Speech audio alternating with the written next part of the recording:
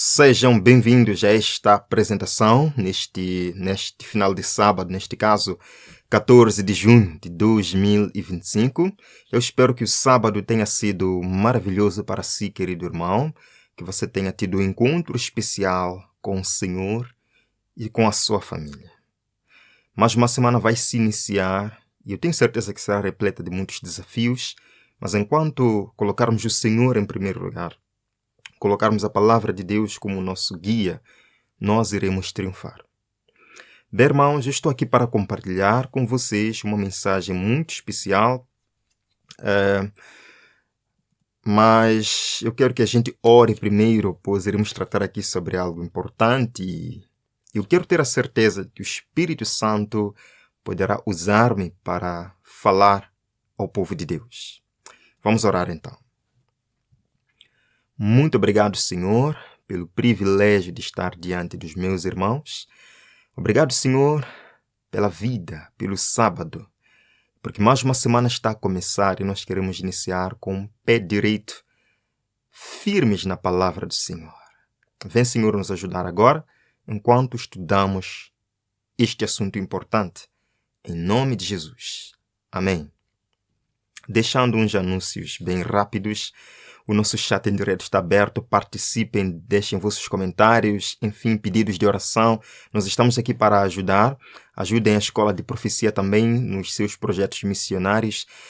Depois iremos compartilhar através de imagens tudo aquilo que nós estamos fazendo nos bastidores, não só aqui no estúdio, mas também fora, pregando o Evangelho, ajudando os irmãos na proclamação do Evangelho, financiando missionários para proclamar a mensagem. Nós teremos um dia apresentando tudo isto de forma bem bonita e bem elaborada. Aproveito também anunciar aqui o nosso livro de presente. Se você quer o livro Grande Conflito para lê-lo em casa, é só escrever aí nos comentários.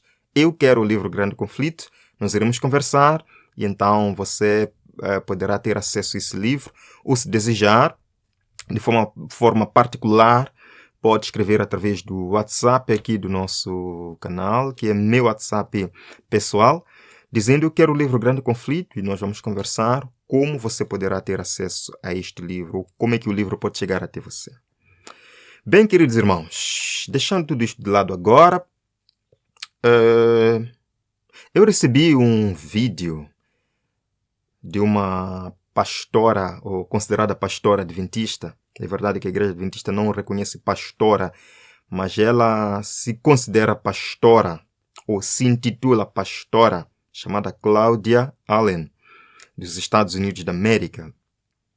E ela deu um sermão fervente, e não estou aqui para denegrir a imagem de ninguém, pelo contrário, estamos apenas analisando uma coisa que ela falou, e ela pode ter razão até certo ponto. Estamos aqui analisando, certo? E nesse encontro campal da Conferência da Região Sudoeste dos Estados Unidos da América, ela criticou o que ela chamou de bons adventistas que estão profundamente preocupados com a profecia, mas indiferentes com as pessoas. E ela zombou daqueles que, em suas palavras, estão obcecados em assistir a cada movimento do novo Papa americano. E ela chegou a perguntar à plateia: quando é que nós vamos desligar os seminários de Daniel e Apocalipse e começar a reavivar as igrejas mortas? Em outras palavras, quando é que vamos parar com os seminários de profecia e vamos nos concentrar nas coisas mais importantes, que é o reavivamento da igreja? Interessante a pergunta. E eu estou trazendo isto porque eu tenho certeza que esta não é uma visão pessoal apenas desta pastora. Muita gente pensa assim, inclusive na minha igreja, aqui. Muita gente vem dizendo que nós não precisamos de estudar profecia. Nós não precisamos de acompanhar os movimentos proféticos. Isso é totalmente inútil. Precisamos estar mais preparados ou mais preocupados, sim, com o reavivamento da igreja. Bem, é disto que eu quero conversar com os irmãos, mas vamos escutar o que ela falou. Não quero aqui colocar as palavras na boca dela, nem inventando nada. Escutemos o que esta pastora falou.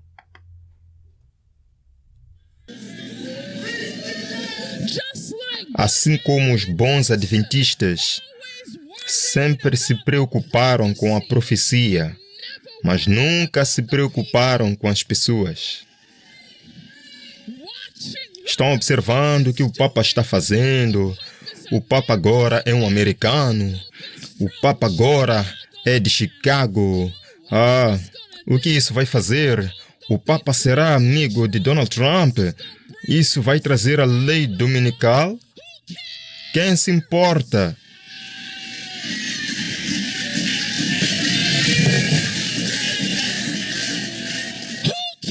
Quem se importa?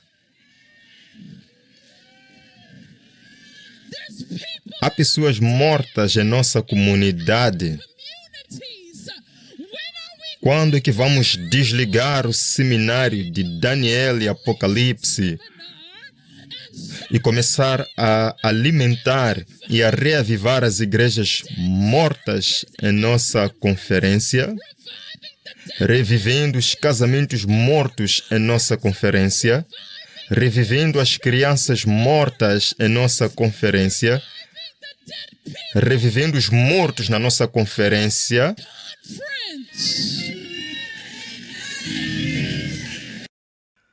É interessante que ela fala isto num contexto de reunião campal nos Estados Unidos da América, que, como muitas vezes mostrei e compartilhei com os irmãos, são reuniões repletas de música rock, música dançante e jazz. E ela aqui clama por um reavivamento das pessoas na igreja, deixando de lado a profecia. Bem, vamos resumir o que ela falou. Eu acho que ela, até certo ponto, está correta em dizer que não podemos nos concentrar demais nos eventos proféticos, esquecendo as coisas mais importantes: a devoção, a comunhão pessoal. Ela está falando a verdade. Mas, segundo ponto, ela pode estar errada em afirmar que alguns adventistas estão muito mais preocupados com o cumprimento profético do que preocupados com as pessoas. Ora, isto pode não ser muito bem verdade. Ora, que prova ela tem de que os que pregam profecia não se interessam com as pessoas? Será que ela já pôde seguir cada pessoa que prega profecia na igreja e ver que essa pessoa não se interessa? Será que ela conhece a vida dessas pessoas? Será que ela vê o que fora das câmeras ou dos púlpitos essas pessoas fazem para ajudar os outros? Então ela não pode dizer que há adventistas que se preocupam com profecia e esquecem de se preocupar com os outros, de ajudar os outros. Ela não pode dizer isto, porque ela não tem provas disto. Terceiro aspecto. Ela fala que há pessoas mortas em nossa igreja. E isso é verdade. Sabemos que isto é verdade. Mas a pergunta que eu faço: a culpa é da profecia? A profecia é culpada pela igreja estar morta? Se a igreja está morta hoje, é culpa da profecia? Quarto ponto. Ela sugere desligar os seminários de Daniel e Apocalipse e começar a alimentar as igrejas mortas. Pergunto mais uma vez. Será que as igrejas, pastora Cláudia Allen, será que as igrejas estão mortas pelo estudo da profecia? Por causa do estudo da profecia? Por isso que temos que desligar a igreja disto para que haja reavivamento? Quinta pergunta, o quinto ponto. É verdade que nós temos desafios na igreja? Desafios realmente sérios sobre a questão do reavivamento, a questão da piedade. Mas a solução para estes desafios não é desligar a profecia. Não é esta a solução. A propósito, de acordo com Salomão, no seu livro Provérbios 29, verso 18, assim diz a palavra de Deus: Onde não há profecia, o povo se corrompe. Está aqui, diz a palavra de Deus. Onde não há profecia, o povo se corrompe. Então, a causa da mornidão na igreja não é a profecia. Pelo contrário, a palavra de Deus nos diz que onde não existe profecia é quando o povo se corrompe. Irmãos, há pessoas que realmente não têm noção do que dizem. Não têm noção da dimensão de suas palavras. Eu pergunto, se o irmão A.T. Jones, lá em 1888, não tivesse se preocupado com os eventos que estavam acontecendo na atualidade ligados à profecia, quem estaria para defender os interesses do povo de Deus nas cortes legislativas? Não foi ele, com a ajuda do Espírito Santo, que conseguiu derrubar o movimento dominical, porque ele estava atento aos eventos proféticos. E hoje há pessoas que dizem, não fiquem preocupados com aquilo que o Papa está fazendo, não fiquem preocupados com os movimentos atuais. Ora, nós lemos aqui na revista Herald, de 24 de dezembro, a irmã White escreve, há muitos que estão despreocupados e se acham, por assim dizer, adormecidos. Eles dizem, se a profecia predisse a imposição da observância do domingo, a lei certamente será promulgada. E tendo chegado a essa conclusão, assentam-se em calma expectativa do evento, confortando-se com o pensamento de que Deus protegerá seu povo no tempo de angústia. Mas vejam que a irmã White vai mais adiante e diz, não, como fiéis atalaias, deveis dar o aviso ao ver que vem a espada. Como que? Fiéis atalaias, deveis dar o aviso. Mas parece que os fiéis atalaias hoje são os alarmistas da igreja. São aqueles que estão impedindo o reavivamento na igreja. Portanto, tire-se de lado os seminários de Daniel e Apocalipse, tire-se de lado atualizações proféticas, vamos nos concentrar nas coisas mais importantes. Diz assim a pastora. Sétimo aspecto que eu quero considerar. Os genuínos reavivamentos que aconteceram entre o povo de Deus sempre se basearam no estudo profundo da palavra de Deus e também da profecia. Por exemplo, a reforma protestante foi resultado do estudo profundo da palavra de Deus. Quando Martinho Lutero se deteve no estudo da palavra de Deus, gerou o quê? Uma reforma, um reavivamento na igreja. O movimento Millerita foi um movimento baseado no estudo da profecia. Daniel capítulo 9, Daniel capítulo 8 também. Sim? Foi este movimento de estudo da profecia que gerou o grande reavivamento, a grande reforma, iniciando assim o movimento do Advento em 1844. E a propósito, após o grande desapontamento, Deus dá uma ordem em Apocalipse capítulo 10, falando ao remanescente, vá, toma o livrinho e come, será doce como mel, mas amargo no estômago. João foi e tomou, representando o grande desapontamento. E depois é dito, é necessário que ainda profetizes sobre muitos povos, línguas e nações. A mensagem que o movimento Millerita reavivado recebeu após o grande desapontamento foi a mensagem profética. Portanto, reavivamento da igreja e profecia andam de mãos dadas e não vejo nenhum choque entre elas. Oitavo aspecto. Nós sabemos que Deus chama o mundo a um grande verdadeiro arrependimento. Interessante que este grande chamado ao arrependimento global do mundo todo encontra-se na profecia. Apocalipse capítulo 14, começando do verso 6. Então ouvi outro anjo que voava pelo meio do céu. Sim, clamava em grande voz, temam a Deus e dá-lhe glória. Isto é reavivamento, isto é reforma. Chegou a hora do seu juízo. A mensagem de juízo é uma mensagem profética. E onde é que nós encontramos esta mensagem profética? Daniel capítulo 7, Daniel capítulo 8, Daniel capítulo 9 é a profecia. Portanto, Deus convida o mundo a um revivamento e reforma, baseando-se o quê? Numa mensagem profética.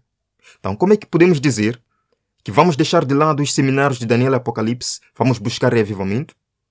Se muitos reavivamentos verídicos, genuínos, basearam-se no estudo profundo da palavra de Deus e na profecia. Em Apocalipse capítulo 18, fala-se sobre um grande reavivamento, quando a chuva serródia for derramada sobre o povo de Deus e sobre aqueles que receberam o selo de Deus.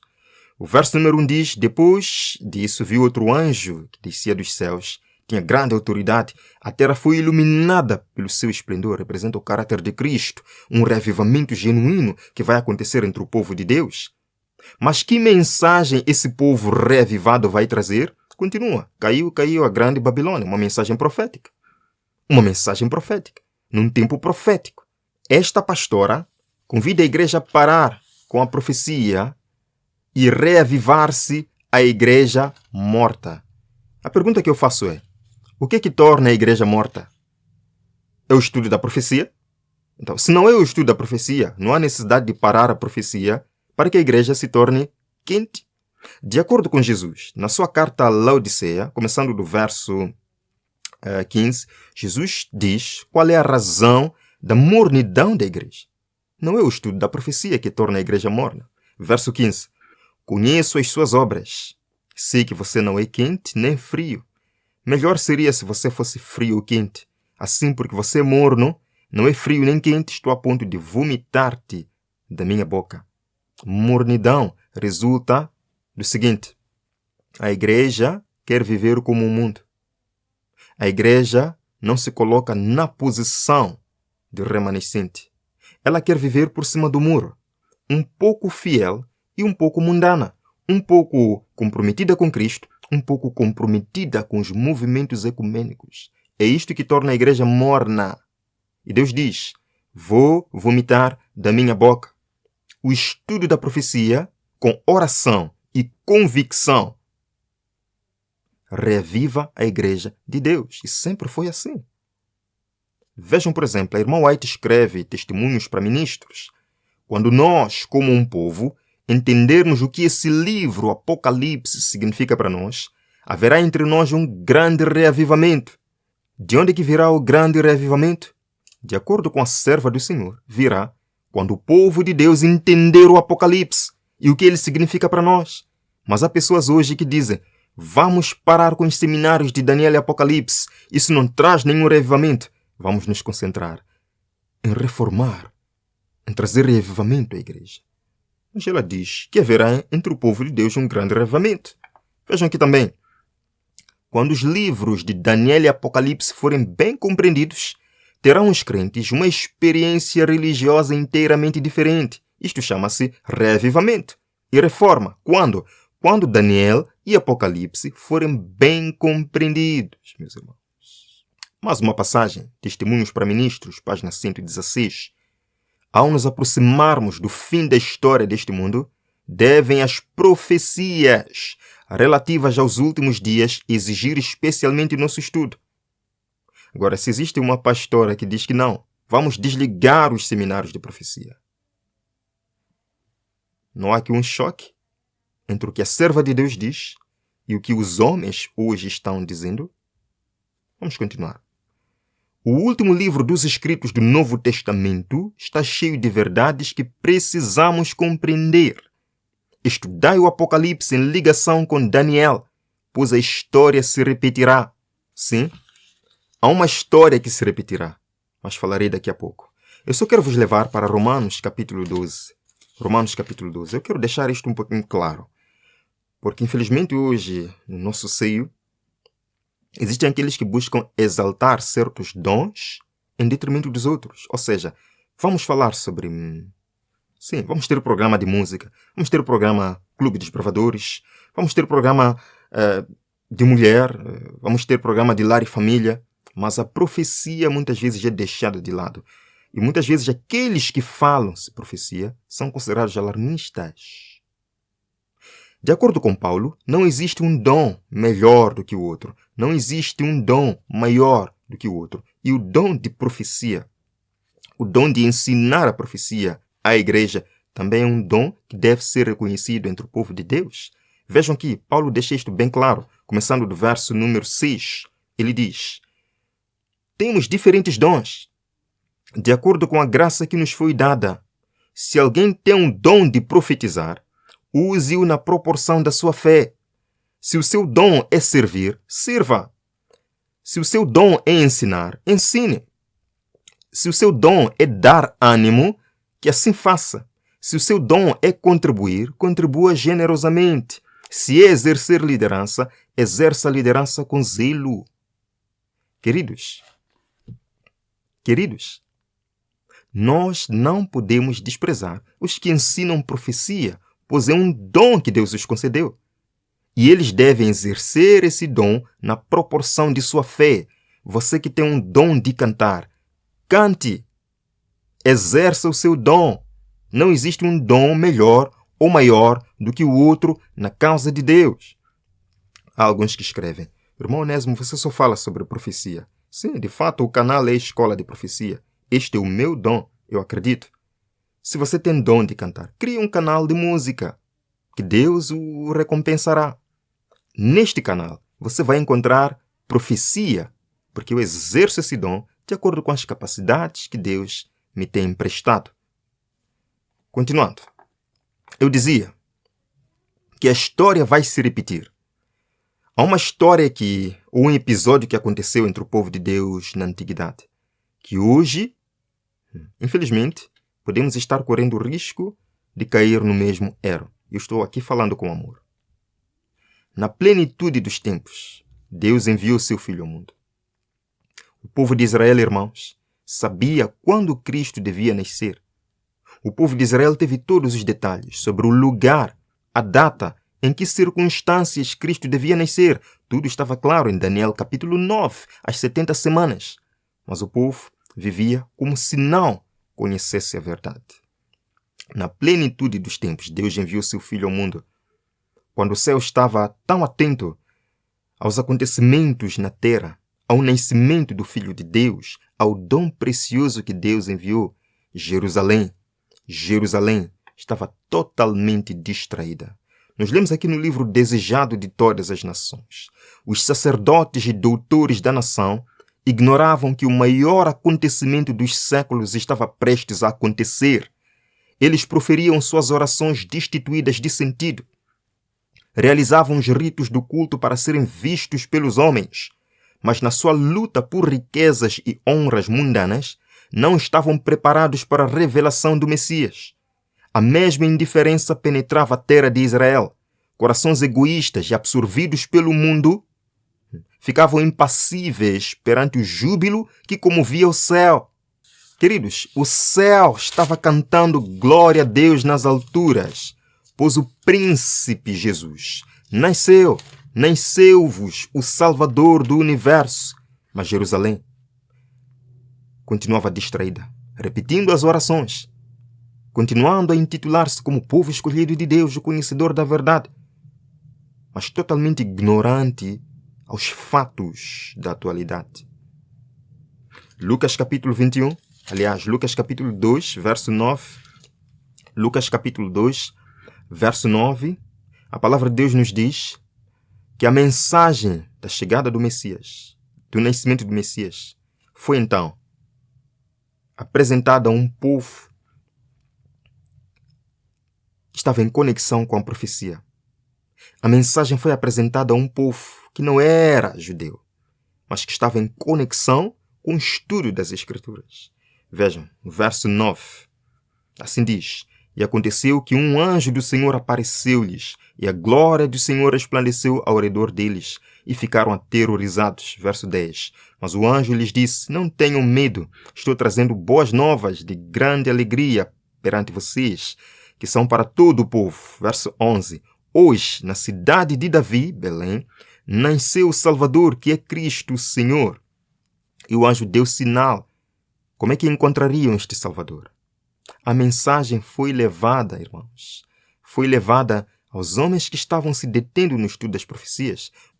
Quando nós lemos o livro Desejado de Todas as Nações, a irmã White diz que estes homens, estes pastores, juntamente com os magos do Oriente, estavam pesquisando as Escrituras. Eles pesquisaram também Números, capítulo 24, verso 17. Eles estavam pesquisando a profecia bíblica. Números, capítulo 24, verso 17, que assim diz: Eu o vejo, mas não agora. Eu o avisto, mas não de perto. Uma estrela surgirá de Jacó, um cetro se levantará de Israel. e esmagará as fontes de Moabe. Uma estrela se levantará de Jacó. E ao verem a estrela, neste caso os magos, conseguiram compreender que aquela estrela tinha um significado profético. Por quê? Porque eles estudavam, se dedicavam no estudo das profecias. A estrela levou os magos do Oriente até Jerusalém e deteve-se por cima do templo de Israel, do templo de Jerusalém, neste caso. É como se a estrela estivesse dizendo, Deus, por meio da estrela, estivesse dizendo: aqui vocês vão encontrar a resposta para as vossas dúvidas. Aqui vão encontrar a resposta para os sinais que vocês presenciaram. Só que ao chegarem em Jerusalém, estes magos do Oriente ficaram totalmente decepcionados com a indiferença entre o povo, com a indiferença entre os líderes do povo. Eles esperavam ouvir de todos os lábios a boa notícia de que o Salvador nascerá. Mas não. Um silêncio assustador. Um silêncio assustador. Perguntaram então aos sacerdotes: onde é que está o rei dos judeus que havia de nascer? Com certeza os sacerdotes diziam: que rei dos judeus? Quem são vocês? Nós somos os conhecedores da profecia. Deus não faria nada sem primeiro dizer a nós. Sem primeiro dizer a nós. E os homens foram levados até o rei Herodes. O rei Herodes ficou preocupado e perguntou aos sacerdotes: de acordo com a vossa lei, aonde é que vai nascer esse tal rei dos judeus? Os líderes de Israel não eram totalmente ignorantes quanto à profecia. Eles sabiam o local onde havia de nascer o rei dos judeus. Sim, em Belém, da Judeia, como diz o livro de Miqueias, capítulo 5, verso 2. Sim, de Belém, a menor cidade de Israel, de lá virá o que há de reinar sobre Israel. Eles deram a resposta ao rei. Ele tramou tudo aquilo para tentar matar Jesus, para dizer que os sacerdotes sabiam muito bem. Eles haviam presenciado aquele incidente com Zacarias, o sacerdote, que ficou mudo por alguns dias, por não acreditar na mensagem de que João Batista nasceria como precursor de Jesus. Eles viram tudo aquilo. Compreendiam, sabiam as profecias, mas estavam totalmente indiferentes aos acontecimentos atuais. Por isso, quando chegou o momento, não perceberam, não compreenderam. Aos pastores de Belém, que estavam estudando as profecias, a mensagem foi levada. Aos magos do Oriente, que não eram judeus, foi levada a mensagem e eles foram e viram e reconheceram Salvador. Queridos, há pessoas hoje sedentas pela verdade. Há pessoas hoje que vão à igreja adventista do sétimo dia porque estão ouvindo rumores, estão ouvindo coisas acontecendo no mundo. Essas pessoas vêm em busca de respostas. Sim? Deus aponta para elas: aqui está. Eis o templo, você encontrará respostas aqui. Mas quando chegam aqui, estas pessoas ficam totalmente decepcionadas pela indiferença para com as questões atuais. Indiferença. As igrejas não estão a dizer nada. Os líderes não estão a dizer nada. As pessoas querem saber o que é marca da besta. Querem saber por que há este movimento nacionalista na América. E entre nós dizemos que não vamos falar disto porque isto não é nada. Indiferença para com as questões atuais. Assim foi com Israel. E a mensagem foi levada aos outros. Eu espero que isto não aconteça conosco. Eu espero que isto não aconteça conosco. Nós lemos: eu espero que a trombeta dê o sonido certo no tocante a esse movimento da lei dominical. Não podemos ficar calados nas igrejas. Não podemos ficar calados diante do mundo que se pergunta: o que é isto? Temos que dizer: isto que está acontecendo significa outra coisa. Significa o cumprimento da profecia e você precisa se levantar e se preparar. Isto sim vai preparar o povo para a volta de Jesus Cristo. Penso que seria melhor se em nossas revistas, em nossas igrejas, eu diria, em nossas escolas, o assunto da perpetuidade da lei de Deus se tornasse uma especialidade. Que se falasse mais, que se pregasse mais, que se advertisse mais sobre o tempo do fim das coisas que estão acontecendo agora. Bem, nós vamos terminar com esta conversa. Como vocês puderam ver, não feri alguém, não falei mal de alguém, respeito todas as pessoas, apenas comentando, com base na Bíblia, Espírito de Profecia, o que esta pastora falou e que a graça de Deus esteja com ela, que ela entenda melhor aquilo que falou e busque tomar outra direção. É isto que eu espero para ela e para todos nós. Vamos terminar com uma oração. Senhor, obrigado por nos revelar a sua vontade. Obrigado porque nos ama e quer que nós estejamos atentos, assim como os pastores de Belém, assim como os magos do Oriente estiveram, e por isso receberam um sinal do nascimento do Messias. Estamos aguardando o Messias. Não o Messias que vai nascer, mas que virá para nos levar ao lar. E como aconteceu antes, pode acontecer conosco. Ficarmos totalmente indiferentes ao que acontece e sermos pegos de surpresa. Mas o Senhor nos chama a tocar a trombeta bem alta, chamar o mundo a se preparar para a volta do Senhor Jesus. Nós queremos ser os primeiros a estar preparados, para que assim possamos preparar o mundo. Nos abençoe, Senhor, esteja conosco ao longo desta noite. Prepara o nosso coração e nos dê um bom começo de semana. Em nome de Jesus. Amém. Amém. Deus abençoe a todos. Nos vemos na próxima apresentação. Até breve.